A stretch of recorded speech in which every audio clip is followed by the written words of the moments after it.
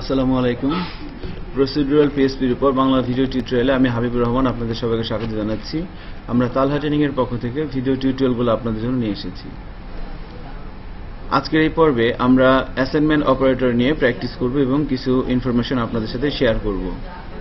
So previous টিউটোরিয়ালগুলোতে আমরা ধারাবাহিকভাবে PSP সম্পর্কে বলে এসেছি। আজকের এই পর্বে আমরা অপারেটর নিয়ে কথা বলবো। লাস্ট যে টিউটোরিয়ালটি ছিল আমাদের, সেই টিউটোরিয়ালে এই সিরিজের আর কি লাস্ট যে টিউটোরিয়ালটি ছিল সেখানে আমরা অপারেটর কি, অপারেটর কেন, এবং আমরা আমাদের প্রিভিয়াস এক্সপিরিয়েন্স থেকে আমরা আমাদের ইউজের দিক থেকে অপারেটরগুলোকে 4টা সেক্টরে ভাগ করেই কিন্তু আমরা প্র্যাকটিসটা করছি এবং ইনফরমেশনগুলো আপনাদের সাথে শেয়ার করতেছি, যেন আমরা বিষয়টা সহজেই আমাদের রিয়েলাইজেশনে নিয়ে আসতে পারি এবং আমাদের রিয়েল লাইফে এগুলোর ইউজ করতে পারি।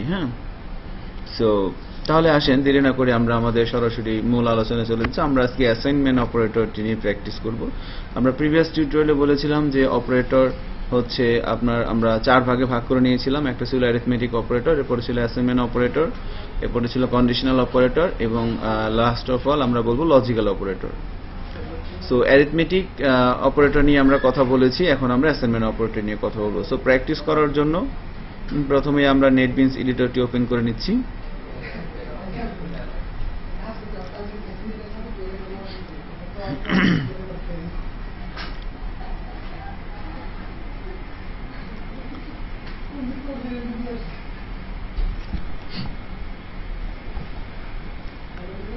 আমরা পিএসপি প্র্যাকটিস এই প্রজেক্টের মধ্যে প্র্যাকটিস করতেছিলাম। সো আমরা লাস্ট টিউটোরিয়ালে আমরা অ্যারিথমেটিক অপারেটর নিয়ে কথা বলেছি, আজকে আমরা অ্যাসাইনমেন্ট অপারেটর নিয়ে কথা বলবো। সো প্র্যাকটিস করার জন্য প্রথমে আমরা একটা পিএসপি ফাইল নিয়ে নিচ্ছি সোর্সের থেকে। আমরা একে বলছি অ্যাসাইনমেন্ট অপারেটর।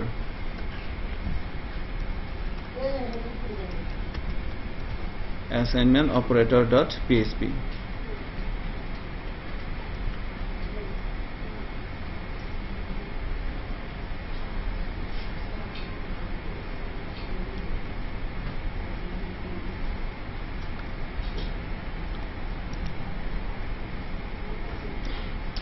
আচ্ছা, সো এখানে আমরা একটা ফাইল তৈরি করে নিলাম। এখন অ্যাসাইনমেন্ট অপারেটর সেগমেন্টে আমরা যদি এভাবে বলি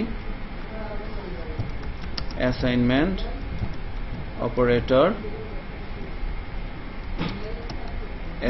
অপারেটর সেগমেন্টে আমরা যে অপারেটরগুলো প্র্যাকটিস করব তার মধ্যে প্রথমটা হচ্ছে ইকুয়াল, এরপরে হচ্ছে প্লাস ইকুয়াল, এরপরে হচ্ছে মাইনাস ইকুয়াল, এরপরে হচ্ছে multiplication equal, division equal, and finally remainder equal, এবং সবশেষে আমরা যেটা বলবো dot equal.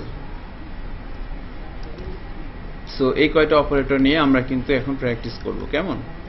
So first of all আমরা যেটা করতে চাচ্ছি, দেখেন অ্যাসাইনমেন্ট অপারেটর বিষয়গুলো কেমন। যদি বলি যে আমরা আমাদের বিভিন্ন প্রবলেম সলিউশন করার জন্য যখন আমরা কোনো একটা ভ্যালু একটা বিভিন্ন জায়গায় এক জায়গা থেকে আরেক জায়গায় রাখবো, সেক্ষেত্রে আমরা অ্যাসাইনমেন্ট অপারেটরগুলো ইউজ করতে পারি।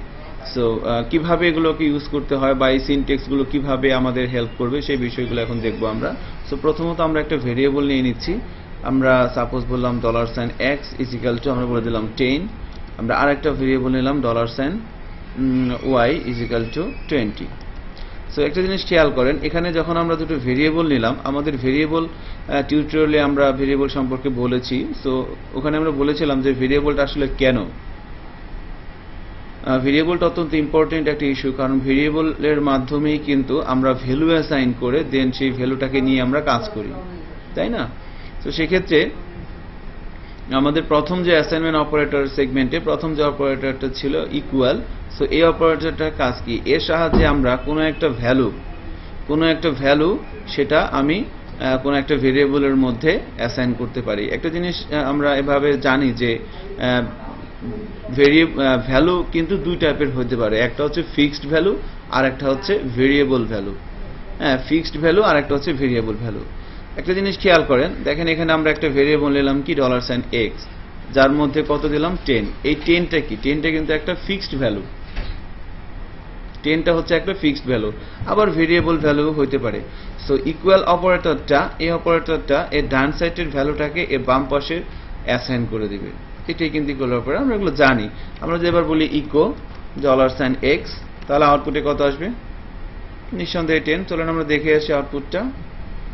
এখানে এসে আমি অ্যাপাচি রুট অ্যাক্সেস করার জন্য আমরা জানি লোকাল হোস্ট লিখতে হয়। লোকাল হোস্ট লিখে এন্টার দিলাম। Unable to connect. বলেন তো কেন হচ্ছে না? আচ্ছা, আমরা আমাদের অ্যাপাচি সার্ভিসটা অন করে নেই। কারণ দেখেন, আমরা জানি পিএসপি স্ক্রিপ্ট রান করার জন্য অ্যাপাচি সার্ভার দরকার হয়, আর অ্যাপাচি সার্ভারটার জন্য আমরা জ্যাম্প ইনস্টল দিয়েছিলাম। সো আমাদের জ্যাম্প থেকে আমরা যদি অ্যাপাচি সার্ভিসটাকে অন করতে চাই, তাহলে প্রথমে জ্যাম্পের কন্ট্রোল প্যানেলে যেতে হবে। জ্যাম্পের কন্ট্রোল প্যানেলে আমরা চলে আসলাম। এখান থেকে আমরা অ্যাপাচি সার্ভিসটাকে স্টার্ট করে নিচ্ছি। এবার আমরা এটাকে কেটে দিব। এবার যদি আমরা ব্রাউজারে যাই, লোকাল হোস্ট লিখে এন্টার দিই, দেখেন এবারে কিন্তু চলে আসছে। সো এখান থেকে আমরা পিএসপি প্র্যাকটিস এই ফাইলটার মধ্যে যাই।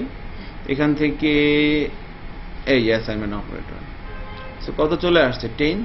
তাহলে এই ইকুয়াল অপারেটরটা দিয়ে আমরা ভ্যালু অ্যাসাইন করতে পারি। সো আমরা বলেছিলাম যে ভ্যালু হচ্ছে দুই ধরনের, একটা হচ্ছে ফিক্সড ভ্যালু আর একটা হচ্ছে ভেরিয়েবল ভ্যালু।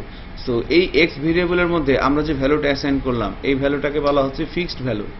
আবার আমরা যদি এভাবে বলি $y is equal to $x, দেখেন এখানেও কিন্তু কি করা হচ্ছে, এই ভেরিয়েবলটার মধ্যে, এই y ভেরিয়েবলটার মধ্যে x ভেরিয়েবলটাকে অ্যাসাইন করা হচ্ছে। এটা কিন্তু ভেরিয়েবল ভ্যালু। বেসিক্যালি x এর মধ্যে কত আছে? 10।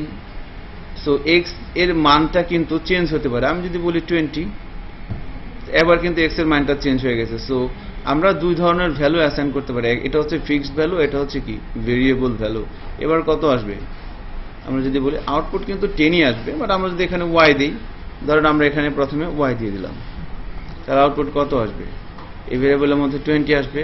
এই 20 যাচ্ছে এর মধ্যে, এখান থেকে আবার এখানে আমরা এটা কি করলাম, চেক করি,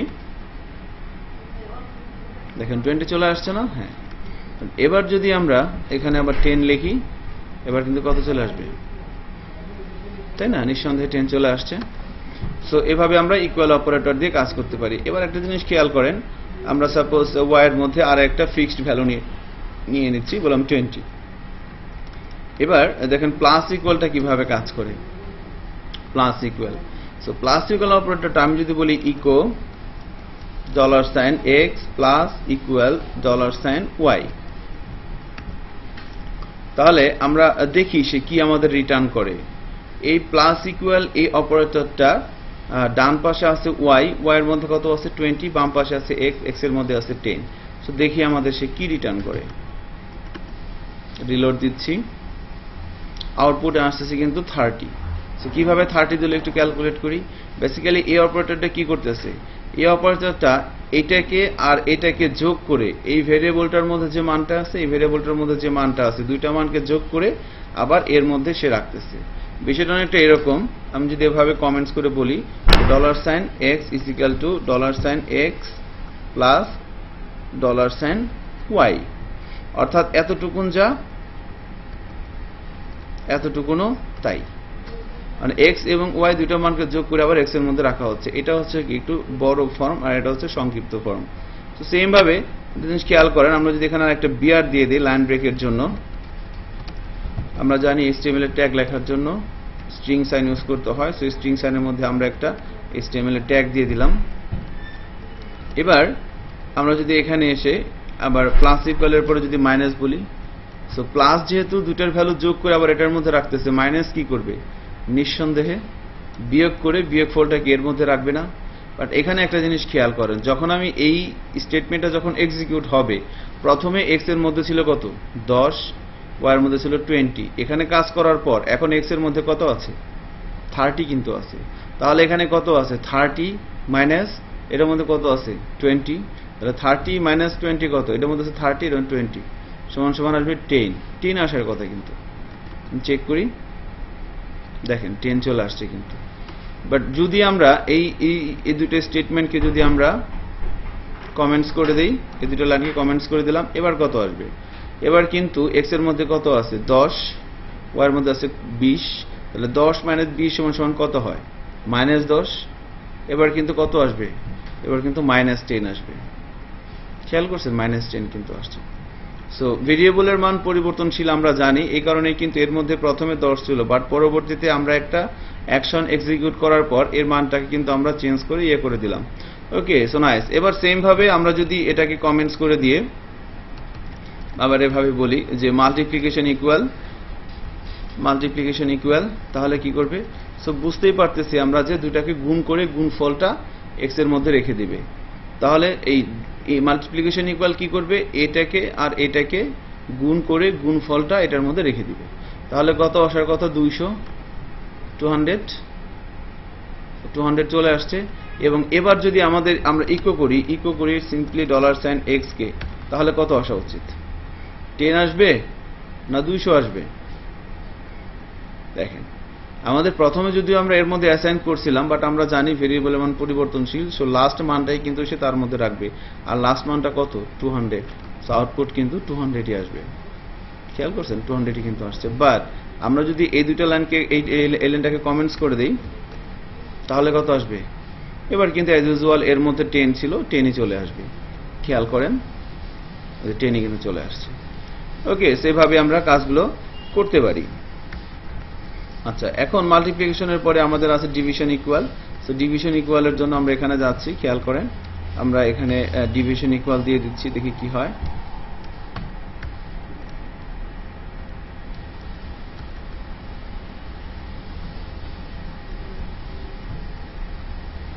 আচ্ছা, তাহলে ডিভিশন দিলে কি হবে? আমি যদি এই লাইন দুটোকে কমেন্টস করে দেই, তাহলে x এর মধ্যে কত আছে? 10, এর মধ্যে আছে 20, 10 এবং 20। সো 10 কে 20 দিয়ে ভাগ করলে ভাগফলটাই কিন্তু এর মধ্যে থাকবে, অর্থাৎ 0.5, তাই না? 10 কে 20 দিয়ে ভাগ করলে কত হয়? 0.5 হবে না? দেখেন 0.5 চলে আসছে। ঠিক আছে। সো সেম ভাবে আমরা যদি রিমাইন্ডার ইকুয়াল করি, তাহলে কি হবে? এখানে যদি আমরা রিমাইন্ডার ইকুয়াল দেই,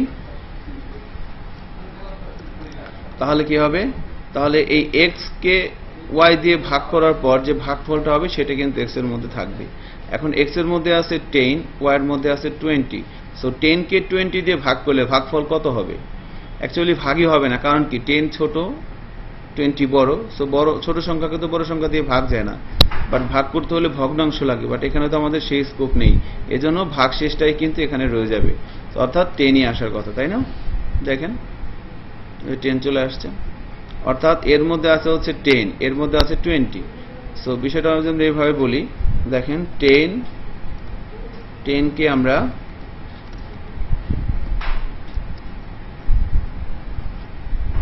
যদি 20 দিয়ে ভাগ করি, তো এটা কি ভাগ যাবে? ভাগ তো যাবে না, কারণ এটা হচ্ছে ছোট। সো ভাগশেষ কি? এটাই রয়ে যাবে। এজন্যই কিন্তু আমাদের আউটপুট 10 আসতেছে। কেমন? সো সেম ভাবে আমাদের আরেকটা ছিল ডট ইকুয়াল। সো ডট ইকুয়ালের কাজটা যদি আমরা বলতে চাই এভাবে, সো ডটের কাজটা হচ্ছে কি? কনকেট করা। দেখেন আমরা এখানে বলে দিচ্ছি ডট ইকুয়াল ডট ওয়াই। তাহলে x এর মধ্যে কত আছে এখন? 10, y এর মধ্যে আছে 20। সো তাহলে x এর মধ্যে কত আসবে? এই ডট সাইন, এটাকে বলা আছে কনকেটিনেশন সাইন। দুটো ভেরিয়েবলকে যখন আমরা পাশাপাশি রাখবো তখন কনকেট করে রাখতে হবে। সো x এর মধ্যে আছে 10, y এর মধ্যে আছে 20, তাহলে 10.20 অর্থাৎ কি? 1020। তাহলে x এর মধ্যে কত আসবে? 1020 আসবে। কিন্তু খেয়াল করে দেখেন, 1020 চলে আসছে কিন্তু। এবার এটা মান কত? x, এটা কত? y। দুইটাকে কনকেট করা হয়েছে, সেজন্য পাশাপাশি বসে গেছে। ঠিক আছে। সো এভাবে আমরা অ্যাসাইনমেন্ট অপারেটরগুলো নিয়ে কাজ করতে পারি। সো পরবর্তী টিউটোরিয়ালে আমরা আরো বেশ কিছু বিষয় দেখব। ততক্ষণ ভালো থাকেন এবং সেগুলো দেখার আমন্ত্রণ জানিয়ে এখানে শেষ করছি। আল্লাহ হাফিজ, আসসালামু আলাইকুম।